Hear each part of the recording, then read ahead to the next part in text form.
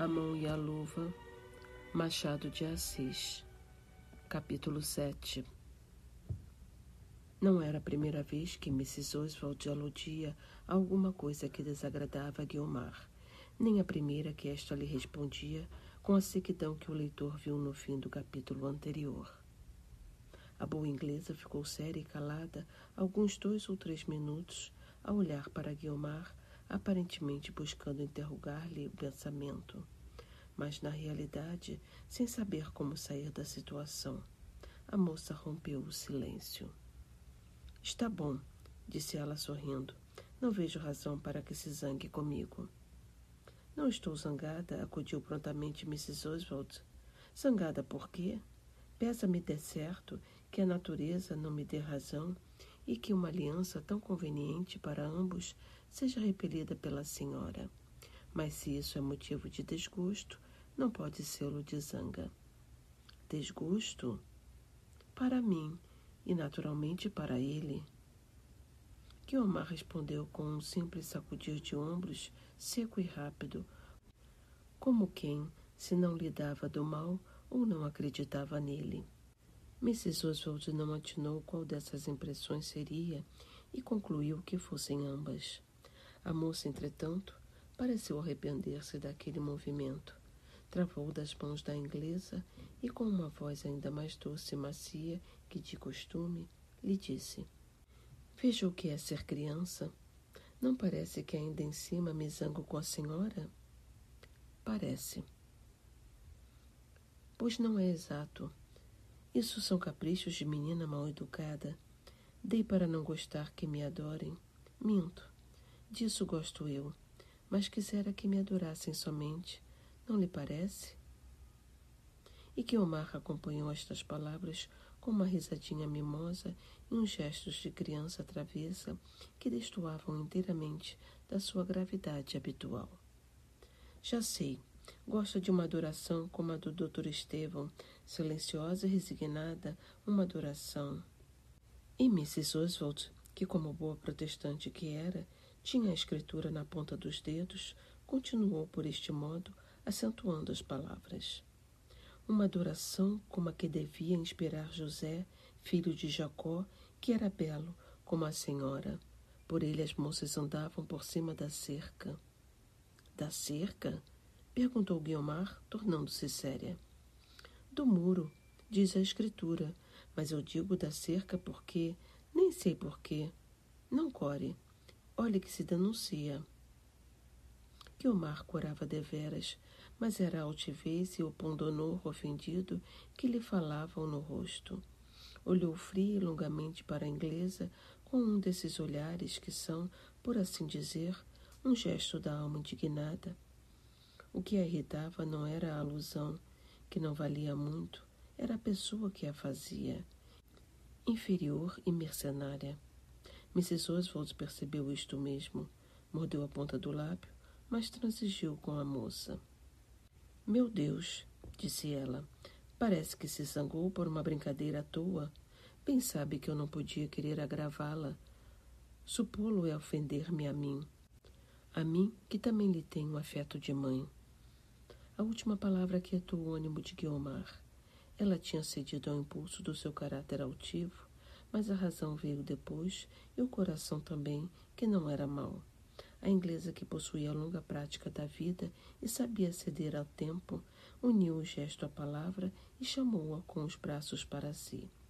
Guiomar deixou-se ir, um pouco de má vontade, e a conversa teria acabado ali, se Mrs. Oswald não lhe dissesse com a mais doce voz que daquela garganta podia sair: "Convença-se de que eu sou importuna e indiscreta por afeição, e que a felicidade desta família é toda a ambição de minha alma. Não pode haver intenção melhor do que esta. Um conselho último, se me não consentir mais falar-lhe nisto. Eu creio que a senhora sonha talvez demais. Sonhará uns amores de romance quase impossíveis? Digo-lhe que faz mal, que é melhor, muito melhor, contentar-se com a realidade. Se ela não é brilhante como os sonhos, tem pelo menos a vantagem de existir." Guiomar cravara desta vez os olhos no chão, com a expressão vaga e morta de quem os apagou para as coisas externas. As palavras de Miss Oswald responder-lhe-iam acaso a alguma voz íntima? A inglesa prosseguiu na mesma ordem de ideias, sem que ela a interrompesse ou desse sinal de si. Quando ela acabou, Guiomar estremeceu, como se acordasse. Levantou a cabeça e, lenta e comovida, proferiu esta única resposta. Talvez tenha razão, Mrs. Oswald, mas em todo caso, os sonhos são tão bons. Mrs. Oswald abanou a cabeça e saiu. Guiomar acompanhou-a com os olhos a sorrir, satisfeita de si mesma e a murmurar tão baixo que mal ouvia o seu próprio coração. Sonhos não, realidade pura. Suponho que o leitor estará curioso de saber quem era o feliz ou infeliz mortal de quem as duas trataram no diálogo que precede, se é que já não suspeitou que esse era nem mais nem menos o sobrinho da baronesa, aquele moço que apenas de passagem lhe apontei nas escadas do ginásio. Era um rapaz de 25 a 26 anos. Jorge chamava-se ele. Não era feio, mas a arte estragava um pouco a obra da natureza. O muito mimo empece a planta, disse o poeta, e essa máxima não é só aplicável à poesia, mas também ao homem. Jorge tinha um lindo bigode castanho, untado ou retesado, com excessivo esmero. Os olhos claros e vivos seriam mais belos se ele não os movesse com afetação, às vezes feminina. O mesmo direi dos modos, que seriam fáceis e naturais, se os não tornasse tão alinhados e medidos. As palavras saíam-lhe lentas e contadas, como a fazer sentir toda a munificência do autor. Não as proferia como as demais pessoas, cada sílaba era, por assim dizer, exprimida, sendo fácil ver ao cabo de alguns minutos que lhe fazia consistir toda a beleza da elocução nesse alongar do vocábulo. As ideias orçavam pelo modo de as exprimir. Eram xoxas por dentro, mas traziam uma côdea de gravidade pesadona que dava vontade de ir esparecer o ouvido em coisas leves e folgazãs. Tais eram os defeitos aparentes de Jorge. Outros havia, e desses o maior era um pecado mortal, o 7º. O nome que lhe deixara o pai e a influência da tia podiam servir-lhe nas mãos para fazer carreira em alguma coisa pública. Ele, porém, preferia vegetar à toa, vivendo do pecúlio que dos pais herdara e das esperanças que tinham na afeição da baronesa. Não se lhe conhecia outra ocupação. Não obstante os defeitos apontados, havia nele qualidades boas. Sabia dedicar-se, era generoso, incapaz de mal fazer e tinha sincero amor à velha parenta. A baronesa, pela sua parte, queria-lhe muito. Guiomar e ele eram as suas duas afeições principais, quase exclusivas. Tal era a pessoa cujos interesses defendia Mrs. Oswald por amor da baronesa e não menos de si própria. A baronesa também tinha os seus sonhos, como ela mesma disse, e esses eram deixar felizes aquelas duas crianças. Jorge, pela sua parte, estava disposto a estender o colo ao sacrifício, e bem examinadas as coisas, talvez amasse sinceramente a moça. A diferença entre ele e Estevão é que o seu amor era tão medido como os seus gestos, e tão superficial como as suas outras impressões. Do que aí fica dito, facilmente compreenderá o leitor que dos dois namorados só um percebeu logo o sentimento do outro. A alma de Estevão andava-lhe nos olhos, enchendo-os de maneira que ele não podia ver nada mais além de Guiomar. Ao cabo de 2 semanas, a situação de Estevão podia dizer-se menos má. Na opinião dele, era excelente. A baronesa soube quem ele era. Guiomar contara-lhe tudo, mas a inglesa, não menos que a observação própria, lhe mostrou que nenhum perigo corria a Guiomar, e, excluído o perigo, restavam as boas qualidades do bacharel, que de todo lhe caiu em graça. Mrs. Oswald navegou nas mesmas águas mansas. O próprio Jorge, naturalmente, porque confiava em si, não temeu do rival e pouco tardou que lhe abrisse os cancelos da sua gravidade. Que admira, pois, que a mesma Guiomar afrouxasse um pouco da primeira rigidez.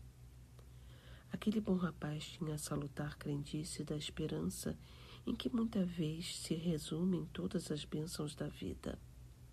Pedia muito, como alma sequiosa que era, mas bem pouco bastava a contentá-lo. A imaginação multiplicava os zeros. Com um grão de areia construiria um mundo. A afabilidade de uns e a cortesia de outros tanto bastou para que ele se julgasse quase no termo de suas aspirações. E posto não lhe desse Guiomar uma só das animações de outro tempo, que aliás tão frágeis eram, ainda assim acreditou ele piamente que o amor nascia ou renascia naquele rebelde coração. Guiomar, no meio das afeições que a cercavam, sabia manter-se superior às esperanças de uns e às suspeitas de outros. Igualmente cortês, mas igualmente impassível para todos, movia os olhos com a serenidade de isenção, não namorados, nem sequer namoradores. Ela teria, se quisesse, a arte de Armida. Saberia refrear ou aguilhoar os corações, conforme eles fossem impacientes ou tíbios. Falava-lhe, porém, o gosto. Ou melhor, sobrava-lhe o sentimento do que ela achava que era a sua dignidade pessoal. Capítulo 8. Golpe. Um dia de manhã acordou Estevão com a resolução feita de dar o golpe decisivo. Os corações frouxos têm destas energias súbitas e é próprio da pusilanimidade iludir-se a si mesma. Ele confessava que nada havia feito e que a situação exigia alguma coisa a mais. Nunca as circunstâncias foram mais propícias do que hoje, pensava o rapaz. Guiomar trata-me com afabilidade de bom agouro. Demais, há nela espírito elevado. Há de reconhecer que um sentimento discreto e respeitoso, como este meu, vale um pouco mais do que lisonjarias de sala. A resolução estava assentada. Restava o meio de a tornar efetiva. Estevão hesitou largo tempo entre dizer de viva voz o que sentia ou transmiti-lo por via do papel. Qualquer dos modos tinha para ele mais perigos que vantagens. Ele receava ser frio na declaração escrita ou incompleto na confissão oral. Irresoluto e vacilante, ambos os meios adotou e repeliu a curtos intervalos. Enfim, deferiu a escolha para outra ocasião. O acaso supriu a resolução e o premeditado cedeu o passo ao fortuito. Uma tarde, havendo algumas pessoas a jantar em casa da baronesa, foram passear à chácara. Estevão, que como Luís Alves era dos convivas, afastou-se gradualmente dos outros grupos e aproximou-se daquela cerca histórica onde, após 2 anos de ausência e esquecimento, vira já transformada a formosa Guiomar. Era a primeira vez que ele punha os olhos nesse sítio, depois da conversa que aí tivera com ela. A comoção que sentiu foi naturalmente grande. Ressurgia-lhe o quadro ante os olhos, a hora, o céu brilhante, o doce alento da manhã e, por fim, a figura da moça que ali apareceu, como a alma do quadro, trazendo-lhe recordações que ele julgava mortas e esperanças que supunha impossíveis. Estevão curvou a cabeça ao doce peso daquelas memórias. A alma bebeu a largos haustos a vida toda que a imaginação lhe criava e talvez a noite o tomasse na mesma atitude se a voz maviosa de Guiomar não lhe dissesse a poucos passos de distância: Senhor doutor, perdeu alguma coisa? O rapaz volviu rapidamente a cabeça e viu a moça, que atravessava uma das cales próximas, a olhar e a sorrir para ele. Estevão sorriu também e, com uma presença de espírito assaz rara em namorados, sobretudo em namorados como ele era, prontamente respondeu: Não perdi nada, mas achei uma coisa. Vejamos o que foi. E Guiomar aproximou-se, passo firme e seguro, e Estevão, sem muito vacilar, ali mesmo forjou uma reflexão filosófica a respeito de um inseto que casualmente passava por cima de uma folha seca. A reflexão não valia muito e tinha o defeito de vir um pouco forçada e de acarreto. A moça sorriu, entretanto, e ia continuar o seu caminho, quando ele, colhendo as forças todas, a fez deter com estas palavras: "E se eu tivesse achado outra coisa?" "Ainda mais!" exclamou ela, voltando-se risonha. Estevão deu 2 passos para Guiomar, desta vez comovido e resoluto. A moça fez-se séria e dispôs-se a ouvi-lo.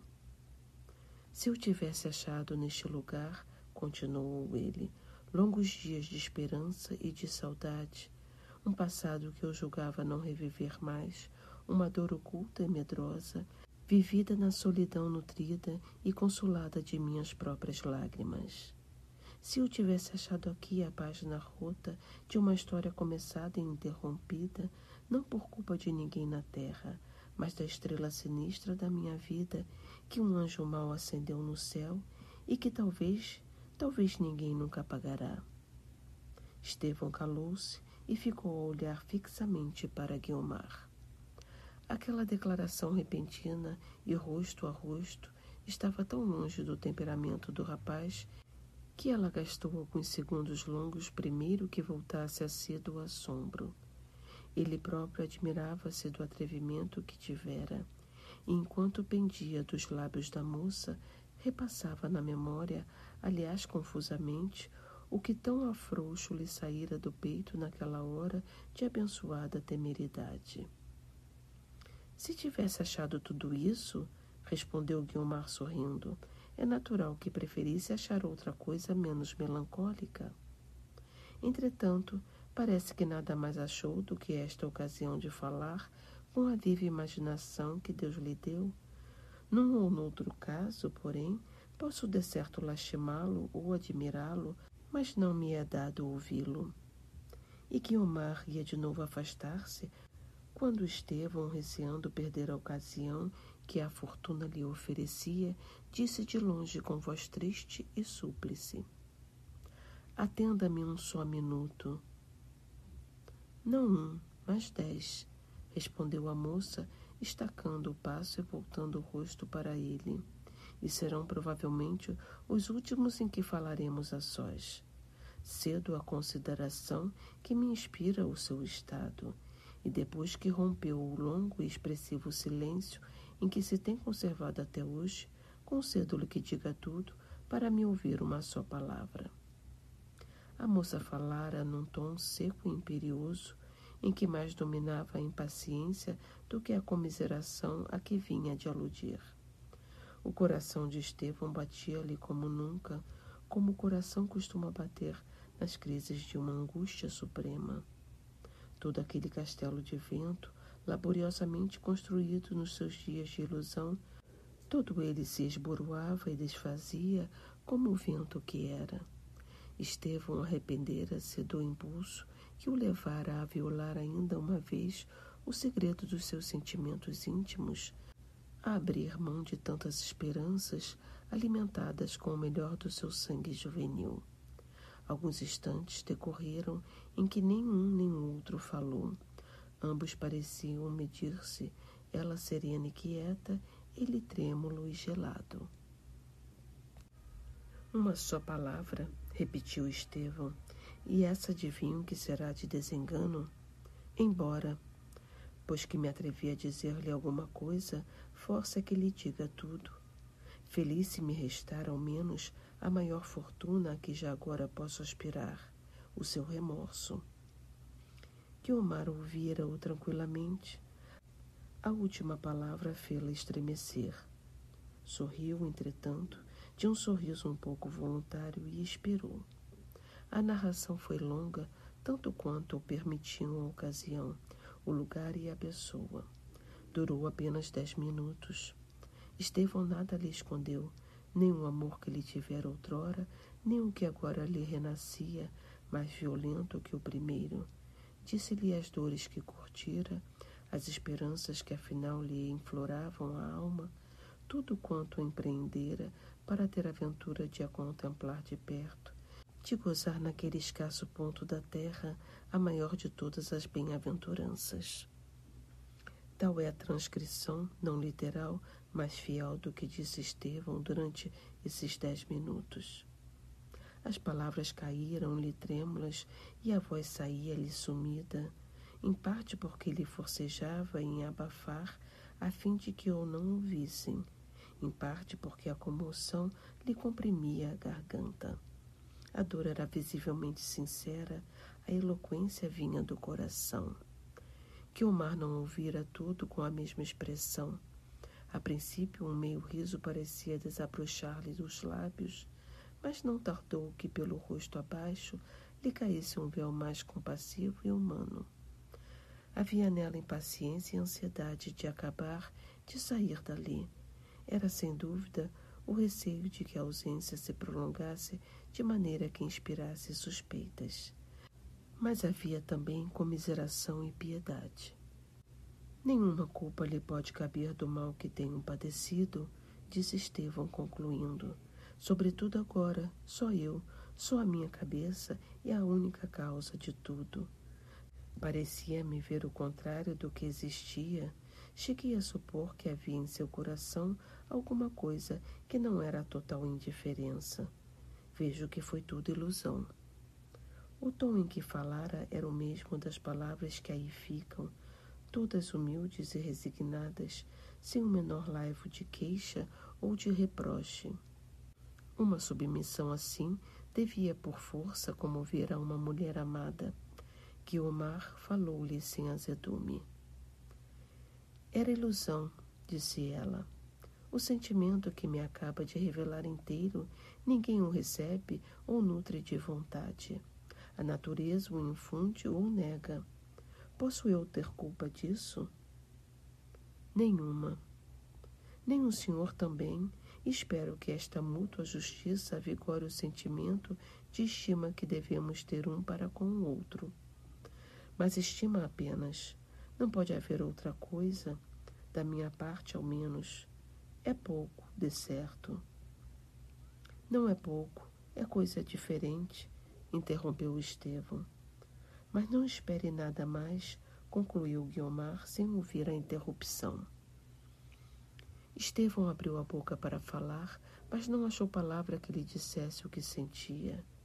Levou a mão ao coração que batia fortemente e ficou a olhar para ela com os olhos secos e parados, a voz extinta como se a alma lhe fugira toda. Era claro, depois daquele desengano, que lhe cumpria não voltar ali mais, pelo menos com a assiduidade da esperança. E assim era que a única e amarga satisfação de a ver, nem essa já agora se lhe consentia. Dou-lhe um conselho, disse Guiomar, depois de alguns segundos de pausa. Seja homem, vença-se a si próprio. Seu grande defeito é ter ficado com a alma criança. Talvez, respondeu o moço, suspirando. E adeus. Falamos a sós, mais do que convinha. Não sei se outra consentiria nisto, mas eu não só reconheço os seus sentimentos de respeito, como desejo que estas poucas palavras trocadas agora ponham termo a aspirações impossíveis. Guiomar estendeu-lhe a mão, em que ele tocou levemente. A baronesa apareceu, entretanto, a algumas braças de distância. Vinha encostada ao braço do sobrinho, que lhe falava, mas a quem ela já não ouvia. Tinha os olhos cravados nos dois interlocutores de há pouco. A moça apenas vira de longe a madrinha, deu afoitamente o braço a Estevão e seguiram ambos a encontrar-se com ela. O rosto de Guiomar não revelava nada. O de Estevão vinha perturbado e abatido. A baronesa franziu a testa. Jorge, disse ela em voz baixa, precisamos conversar.